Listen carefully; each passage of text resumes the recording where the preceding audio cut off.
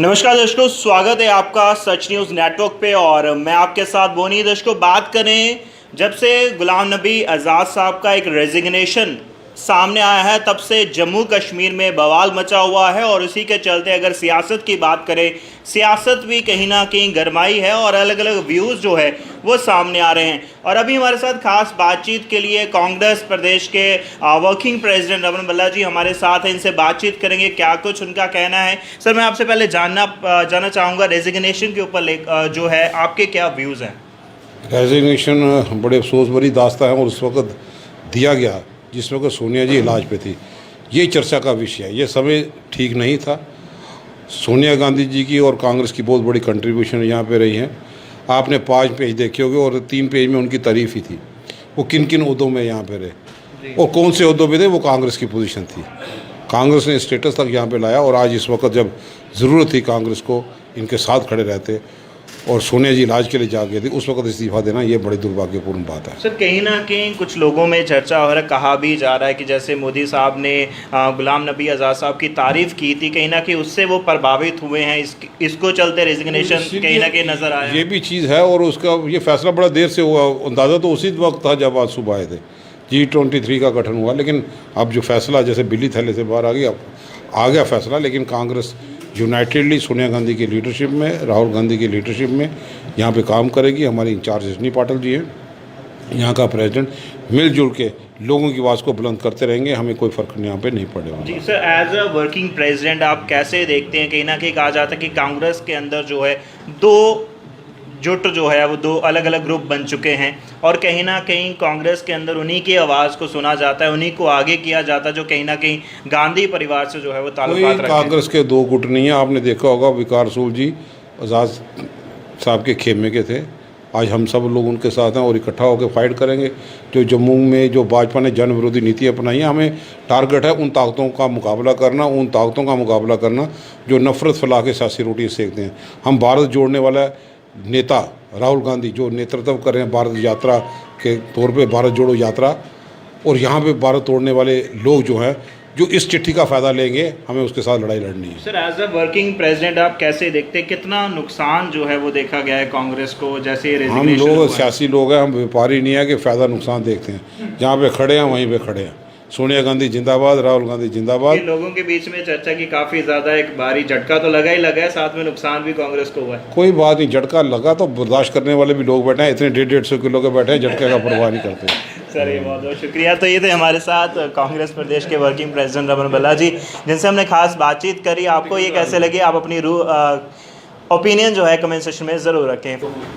नमस्कार दर्शकों, स्वागत है आपका एक बार फिर से सच न्यूज़ नेटवर्क पे। और मैं आपके साथ बोनी। दर्शकों, बात करें जम्मू कश्मीर की, तो जम्मू कश्मीर के अंदर सियासत जो है वो गरमाई है। और लगातार अगर हम बात करें कांग्रेस की, तो कांग्रेस को अभी अभी एक बड़ा झटका जो है वो लगा है, क्योंकि गुलाम नबी आज़ाद साहब ने जो है रेजिग्नेशन दिया है और उसके चलते काफ़ी बड़े दिग्गज लीडर जो हैं वो कांग्रेस का दामन छोड़कर जो है वो गए हैं। और ऐसा ही इसी मुद्दों पे चर्चा करने के लिए हमारे साथ कांग्रेस के सीनियर नेता योगेश साहनी जी हमारे साथ हैं। इनसे बातचीत करेंगे, क्या कुछ उनका कहना है। सर, बहुत बहुत स्वागत है आपका सच न्यूज़ नेटवर्क पर। थैंक यू आप दोनों का। सर, मैं पहले जानना चाहूँगा, कांग्रेस को एक बड़ा झटका लगा है, उसको आप कैसे देखते हैं। मुझे समझ नहीं आ रही कि कल से सभी ये लोग कह रहे हैं, आपके खास करके सोशल मीडिया वाले, कि झटका लगा। कोई बिजली का झटका तो नहीं है। ये सियासी जमात है कांग्रेस। इसमें कहीं ना कहीं नींवें तो हिली है। इसमें नेता आते हैं, नेता चले जाते हैं, फिर आते हैं, लेकिन वो नेता जो काफ़ी टाइम पहले से काम कर रहा है, काफ़ी अगर हम पहले की बात करें तब से वो काम कर रहे हैं, शुरुआती अगर हम बात करें कांग्रेस की तब से, उनका जाना तो नींवें तो हिलेगी। आपने झटके की बात करी, झटका तो लगेगा। इसमें कोई शक नहीं कि वो बड़े कद्दावर नेता थे और हैं भी, इसमें कोई शक नहीं रही। और पार्टी में काफ़ी साल वर्षों से रहे और जब भी कभी क्राइसिस आया पार्टी में तो पार्टी में उन्होंने साथ और सहयोग दिया।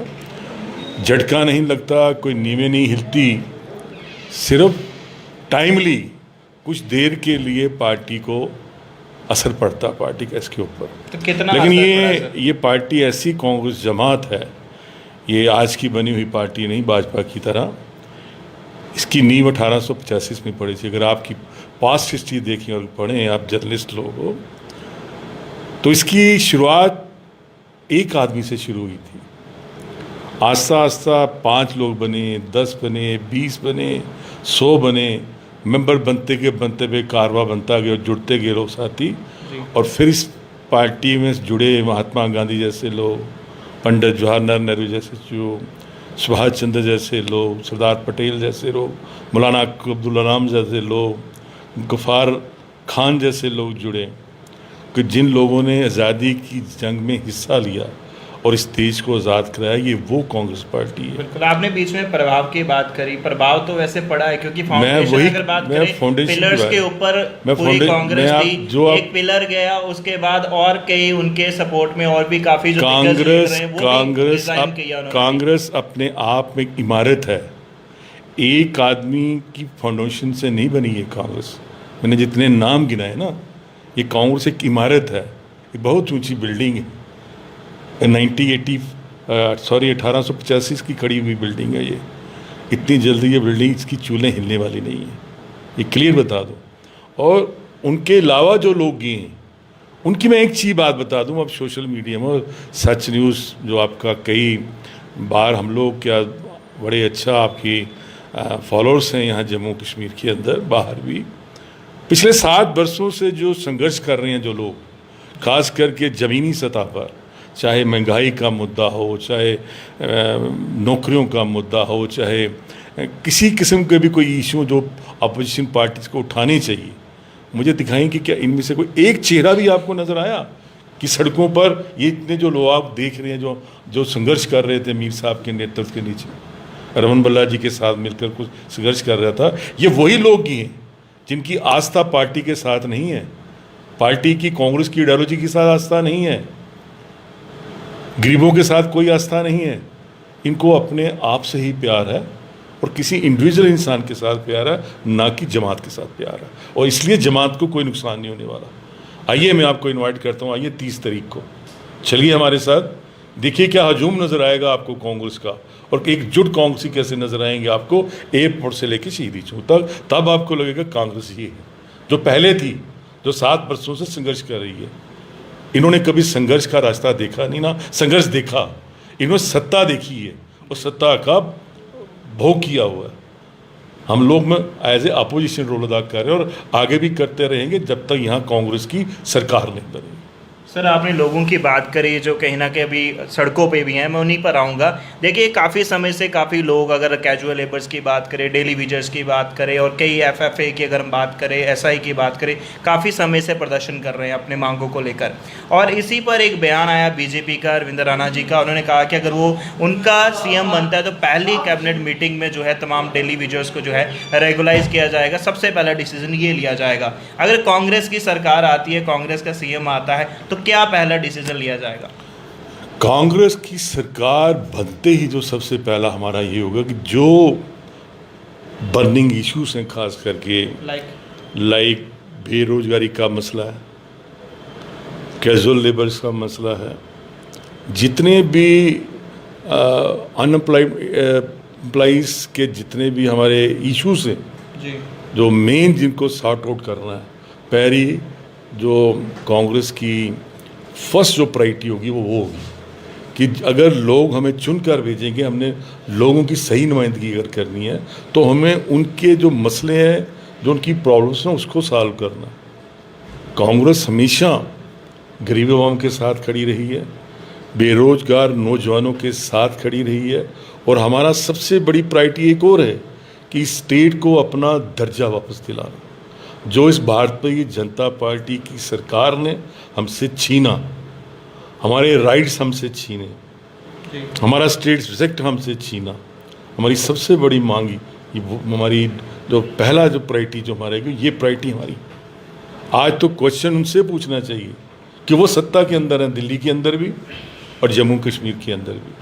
आज डेमोक्रेसी का गला घोटा जा रहा है, दबाया जा रहा है लोगों को, कुचला जा रहा है लोगों को। आज ये हालत है कि डीसी बैन लगा देता है कि आप कहीं प्रदर्शन नहीं कर सकते। जो हमारा हक बनता है कि हम अपनी आवाज़ उठाना चाहते हैं, उस आवाज़ को दबाया जा रहा है। अगर हमारे नौजवान भाई बच्चे जो स्ट्राइक कर रहे थे अपना पुल के पास बैठ के महाराजा जी की समाधि के नीचे कि हमें छुट्टी चाहिए महाराज जी के जन्मदिन, तो क्या उनका हक नहीं बनता वो अपनी आवाज़ उठा सके? उनको ऐसे समय पे रातों रात जाकर उनकी पिटाई की गई और उनको बुरी तरह से वहाँ से उठाया गया। ये कहाँ का इंसाफ है? ये क्वेश्चन तो भाजपा से पूछना चाहिए कि आप ऐसी सत्ता देना चाहते हो जम्मू कश्मीर की आवाम को? इसलिए वो ज़मीनी खिसक चुकी है, हम उनका हक दिलाएंगे और कांग्रेस पार्टी की प्रायोरिटी रहेगी। जी सर, समय बहुत थोड़ा है सर, लास्ट एक क्वेश्चन मैं आपसे जानना चाहूँगा। कहीं ना कहीं सुनने में ये आ रहा है और कहीं इसमें कितनी सच्चाई है वो आप अभी इस पर क्लियर करेंगे, कहीं ना कहीं बताया जा रहा है कि कांग्रेस के अंदर दो ग्रुप बन चुके हैं और जो गांधी परिवार से ताल्लुकात रखते हैं उनकी आवाज़ सुनी जाती है, उन्हीं को आगे किया जाता है, बाकी को पीछे किया जाता है। आप कैसे देखते हैं? कोई ऐसी बात नहीं, कांग्रेस में कोई दो गुट नहीं, कांग्रेस एक ही है, इंडियन नेशनल कांग्रेस। और इंडियन नेशनल कांग्रेस के झंडे के नीचे हम सभी लोग खड़े हैं और तिल मरते दम तक कांग्रेस के झंडे को लेकर गरीब आवाम की और जनता की आवाज़ को उठाते रहेंगे। गांधी परिवार की ज़्यादा सुनी जाती है। मैं इंडियन नेशनल कांग्रेस की बात कर रहा हूँ। अभी इंडियन नेशनल कांग्रेस की अध्यक्ष श्रीमती सोनिया गांधी जी, इसलिए जो कांग्रेस का अध्यक्ष है उसके झंडे के नीचे उसकी लीडरशिप में हम सभी लोग खड़े हैं। चलिए, बहुत बहुत शुक्रिया सर समय देने के लिए। तो ये थे हमारे साथ कांग्रेस के सीनियर लीडर योगेश साहनी जी, जिनसे आज हमने आपको रूबरू कराया। और ये कन्वर्सेशन कैसा लगा, इसके ऊपर आपकी क्या राय है, आप कमेंट सेक्शन में ज़रूर रखें। फिलहाल के लिए इतना ही। जुड़ रहे हैं आप सच न्यूज़ नेटवर्क के साथ। नमस्कार।